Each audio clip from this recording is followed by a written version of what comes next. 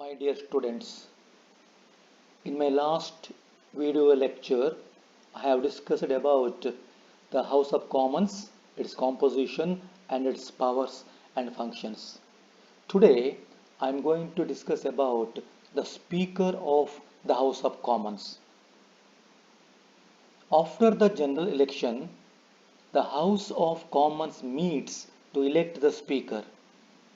In its first meeting, the House of Commons elects one of its members as its Speaker.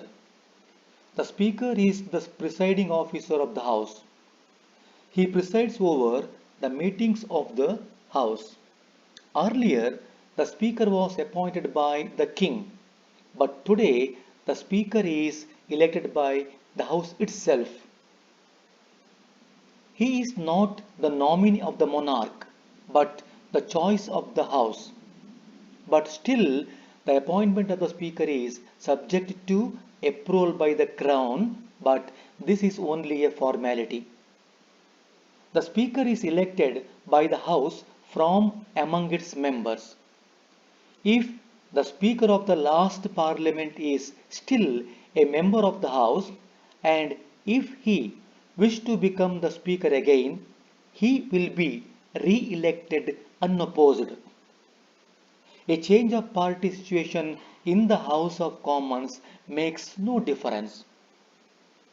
The Speaker is the impartial presiding officer of the House. The powers and functions of the Speaker. The Speaker is the presiding officer of the House of Commons. He conducts the business of the House. As Speaker, he performs the following functions. 1. To defend the House.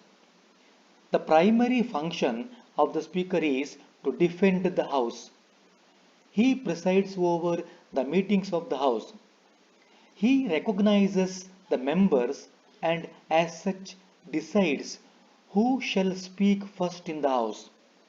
He maintains discipline and decorum in the House. He enjoys vast powers to check disorder in the House. He takes necessary steps to prevent the use of unparliamentary words or unparliamentary statement in the House. He also prevents irrelevant speech in the House. In case of pandemonium in the House, he may adjourn the House for the time being.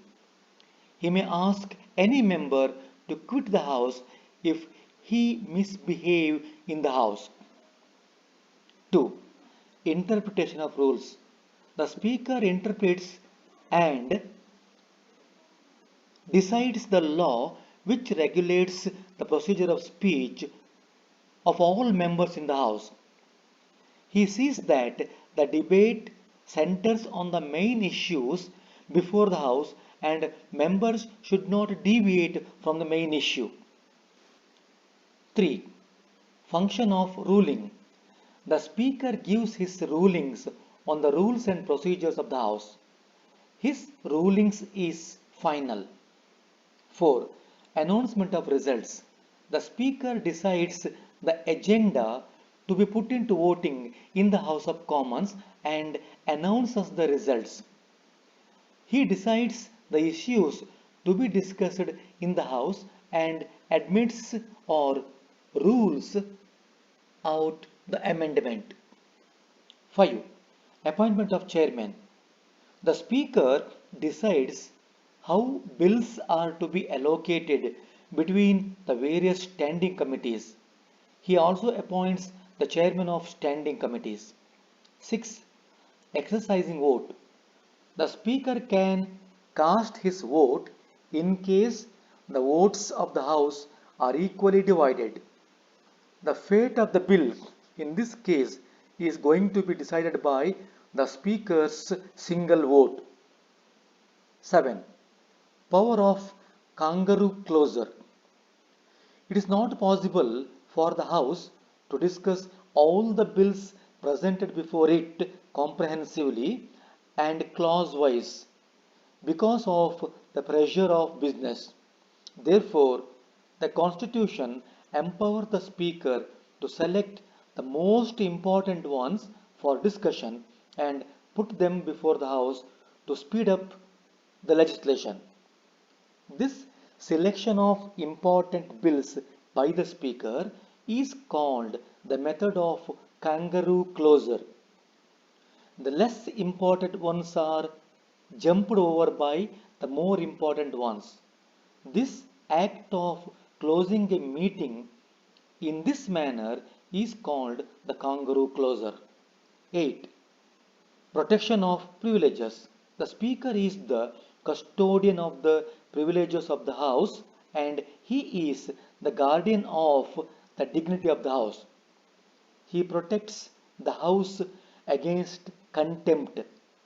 When the ministers tend to encroach upon the privileges of the members or refuse to answer questions or share information, the members can appeal the Speaker to safeguard their privileges. 9. Special sessions. The Speaker can summon a special session of the House of Commons. He decides why and when such special meetings should be convened. Special sessions also be organized by the Speaker on the request of the Prime Minister, the leader of the opposition party, or a specified number of members. 10. Representative of the House.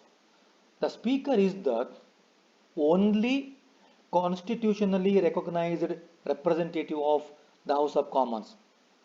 In this capacity, he issues a number of warrants in its name.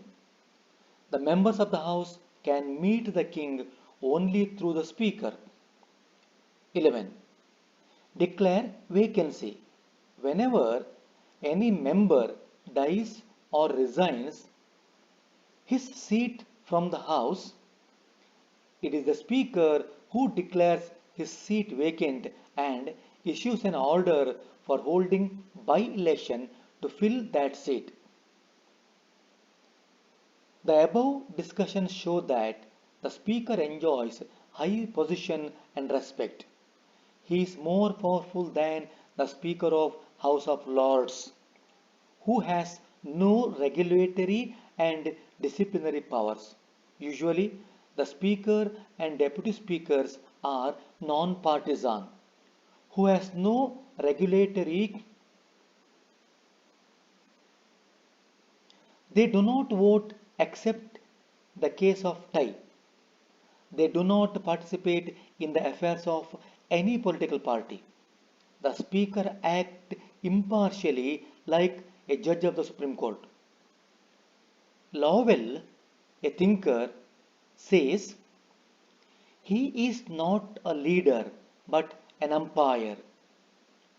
From the moment he takes the chair, he ceases to be a party man. After becoming the Speaker, he becomes politically neutral and does not attend the party meetings. ಆತ್ಮೀಯ ವಿದ್ಯಾರ್ಥಿನಿಯರೇ, ಇಂದಿನ ಈ video ಉಪನ್ಯಾಸದಲ್ಲಿ ಸಾಮಾನ್ಯ ಸಭೆಯ speaker ಅಂದರೆ ಸಭಾಧ್ಯಕ್ಷರ ಆಯ್ಕೆ, ಸಭಾಧ್ಯಕ್ಷರ ಸ್ಥಾನಮಾನ ಮತ್ತು ಸಭಾಧ್ಯಕ್ಷರ ಕಾರ್ಯಗಳ ಬಗ್ಗೆ ಚರ್ಚಿಸೋಣ. ಸಾಮಾನ್ಯ ಸಭೆಯ ಅಧ್ಯಕ್ಷರನ್ನು ಸ್ಪೀಕರ್ ಅಥವಾ ಸಭಾಧ್ಯಕ್ಷರು ಎಂದು ಕರೆಯುತ್ತಾರೆ. ಸದನದ ಕಾರ್ಯಕಲಾಪಗಳು ಸಭಾಧ್ಯಕ್ಷರ ಅಧ್ಯಕ್ಷತೆಯಲ್ಲಿ ನಡೆಯುತ್ತದೆ. ಸಾಮಾನ್ಯ ಸಭೆಯು ಮಹಾ ಚುನಾವಣೆಯ ನಂತರ ತನ್ನ ಪ್ರಥಮ ಅಧಿವೇಶನದಲ್ಲಿ ಸಭಾಧ್ಯಕ್ಷರನ್ನು ಆಯ್ಕೆ ಮಾಡುತ್ತದೆ. ಸಾಮಾನ್ಯ ಸಭೆಯು ತನ್ನ ಸದಸ್ಯರಲ್ಲಿಯೇ ಒಬ್ಬರನ್ನು ಸಭಾಧ್ಯಕ್ಷರನ್ನಾಗಿ ಮತ್ತು ಇಬ್ಬರು ಉಪಾಧ್ಯಕ್ಷರನ್ನಾಗಿ ಆಯ್ಕೆ ಮಾಡಲಾಗುತ್ತದೆ. ಹಿಂದೆ ಸಭಾಧ್ಯಕ್ಷರನ್ನು ದೊರೆಯು ನೇಮಿಸುತ್ತಿದ್ದನು, ಆದರೆ ಈಗ ಸಭಾಧ್ಯಕ್ಷರನ್ನು ಸಾಮಾನ್ಯ ಸಭೆಯೇ ಆಯ್ಕೆ ಮಾಡುತ್ತದೆ. ಈಗ ಸಭಾಧ್ಯಕ್ಷರು ಸದನದ ಆಯ್ಕೆಯೇ ವಿನಃ ದೊರೆಯ ಆಯ್ಕೆ ಅಲ್ಲ. ಆದರೂ ಸಭಾಧ್ಯಕ್ಷರ ಆಯ್ಕೆಗೆ ದೊರೆಯ ಅನುಮತಿ ಅಗತ್ಯ, ಆದರೆ ಇದು ಕೇವಲ ಔಪಚಾರಿಕವಾಗಿದೆ. ಸಾಮಾನ್ಯ ಸಭೆಯ ಸಭಾಧ್ಯಕ್ಷರು ಸರ್ವೋಚ್ಚ ನ್ಯಾಯಾಲಯದ ನ್ಯಾಯಾಧೀಶರಂತೆ ನಿಷ್ಪಕ್ಷಪಾತವಾಗಿ ಕಾರ್ಯನಿರ್ವಹಿಸುತ್ತಾರೆ.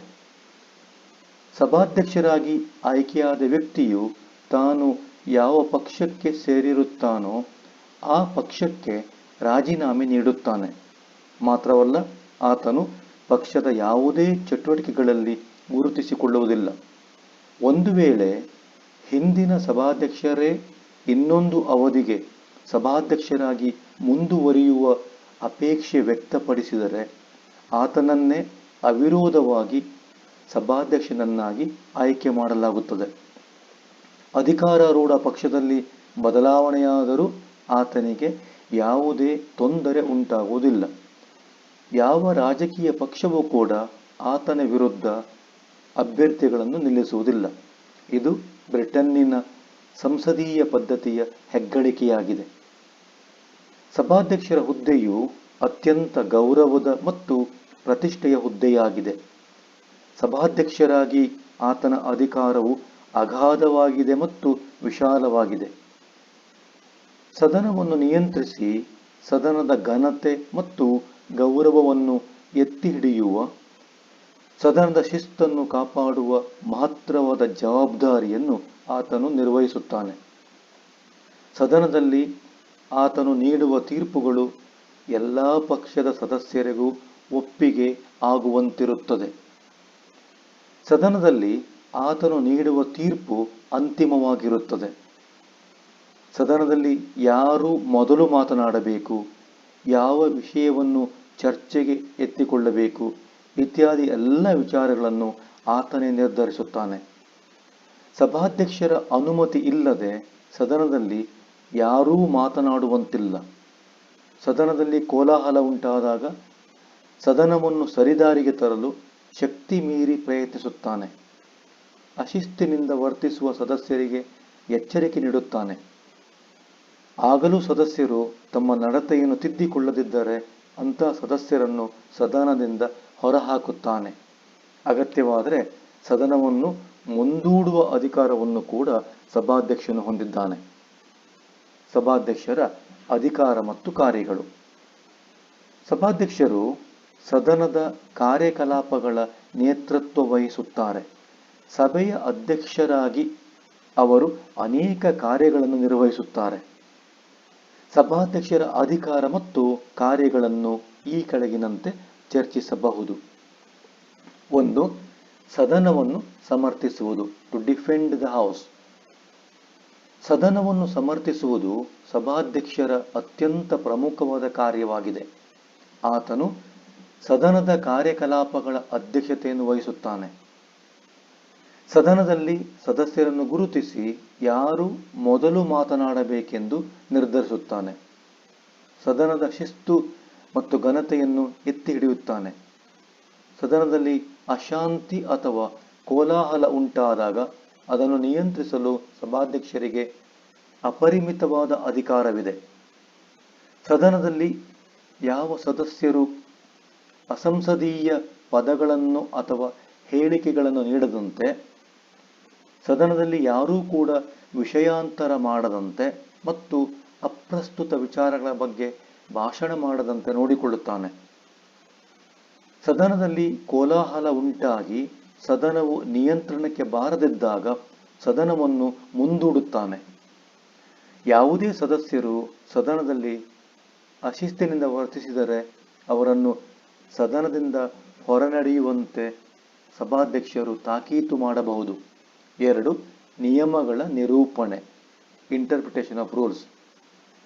ಸಭಾಧ್ಯಕ್ಷರು ಸದನದ ನಿಯಮಗಳನ್ನು ಸರಿಯಾಗಿ ವ್ಯಾಖ್ಯಾನಿಸಿ ಅದನ್ನು ನಿರೂಪಿಸುವ ಅಧಿಕಾರವನ್ನು ಹೊಂದಿರುತ್ತಾರೆ. ನಿಯಮಗಳು ಸದಸ್ಯರ ಭಾಷಣ ಮತ್ತು ಚರ್ಚೆಗಳ ನಿಯಂತ್ರಣಕ್ಕೆ ಸಂಬಂಧಪಟ್ಟಿರುತ್ತದೆ. ಆತನು ಸದನದ ಚರ್ಚೆ ವಿಷಯಾಂತರಗೊಳ್ಳದಂತೆ ಮತ್ತು ಅದು ಪ್ರಮುಖ ವಿಷಯಗಳ ಮೇಲೆ ಕೇಂದ್ರೀಕೃತವಾಗಿರುವಂತೆ ನೋಡಿಕೊಳ್ಳುತ್ತಾನೆ. 3.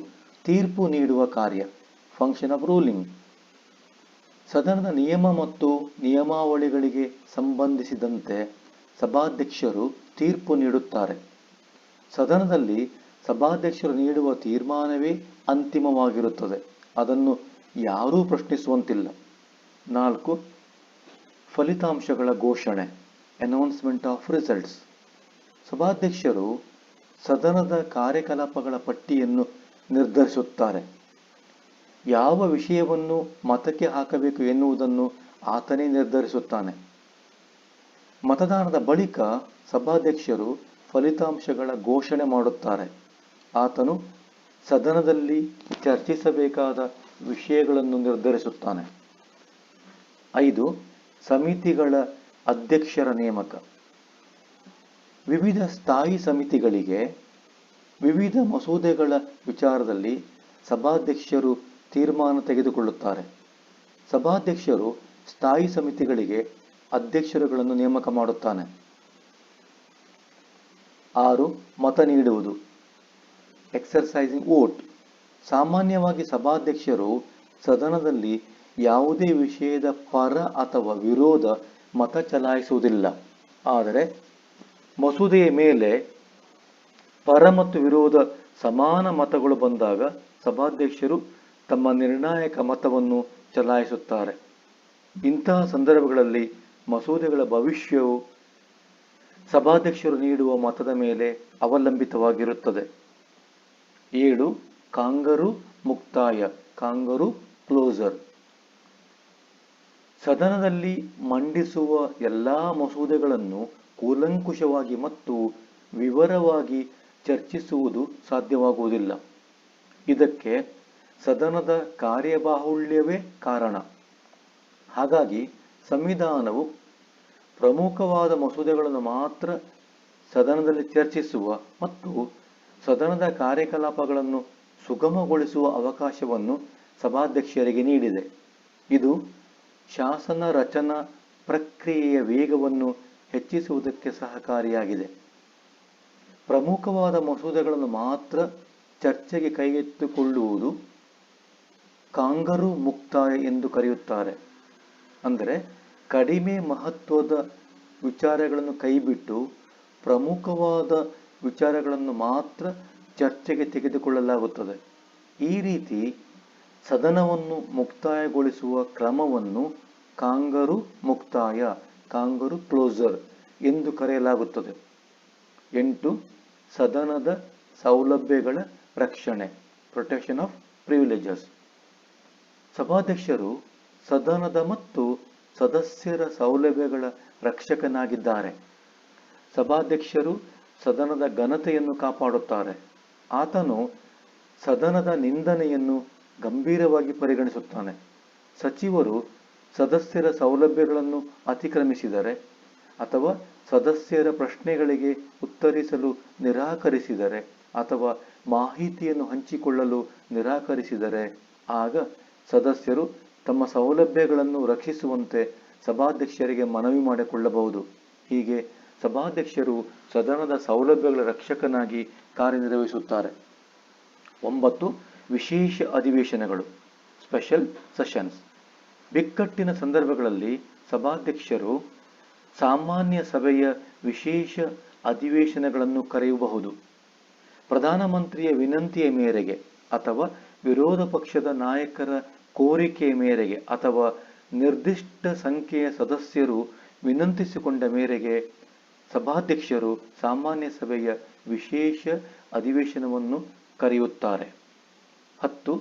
ಸದನದ ಪ್ರತಿನಿಧಿ, ರೆಪ್ರೆಸೆಂಟೇಟಿವ್ ಆಫ್ ದ ಹೌಸ್.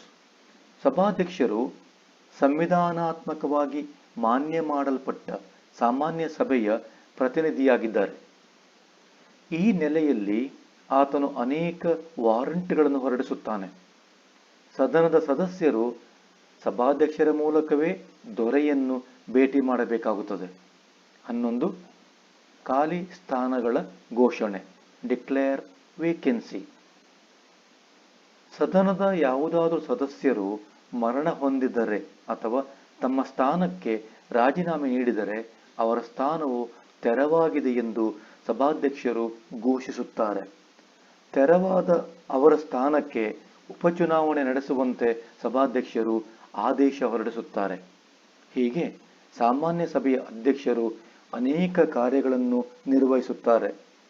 ಆತನು ಸದನದಲ್ಲಿ ಪಕ್ಷಾತೀತ ವ್ಯಕ್ತಿಯಾಗಿ ಕಲಾಪವನ್ನು ನಡೆಸುತ್ತಾನೆ. ಸಭಾಧ್ಯಕ್ಷರ ಹುದ್ದೆಯು ಅತ್ಯಂತ ಗೌರವದ ಮತ್ತು ಪ್ರತಿಷ್ಠೆಯ ಹುದ್ದೆಯಾಗಿದೆ. ನನ್ನ ಮುಂದಿನ ವಿಡಿಯೋ ಉಪನ್ಯಾಸದಲ್ಲಿ ಸಂಸತ್ತಿನ ಮೇಲ್ಮನೆಯಾದ ಹೌಸ್ ಆಫ್ ಲಾರ್ಡ್ಸ್ ಅಂದರೆ ಶ್ರೀಮಂತ ಸಭೆಯ ರಚನೆ ಮತ್ತು ಕಾರ್ಯಗಳ ಬಗ್ಗೆ ಚರ್ಚಿಸುತ್ತೇನೆ. ವಂದನೆಗಳು.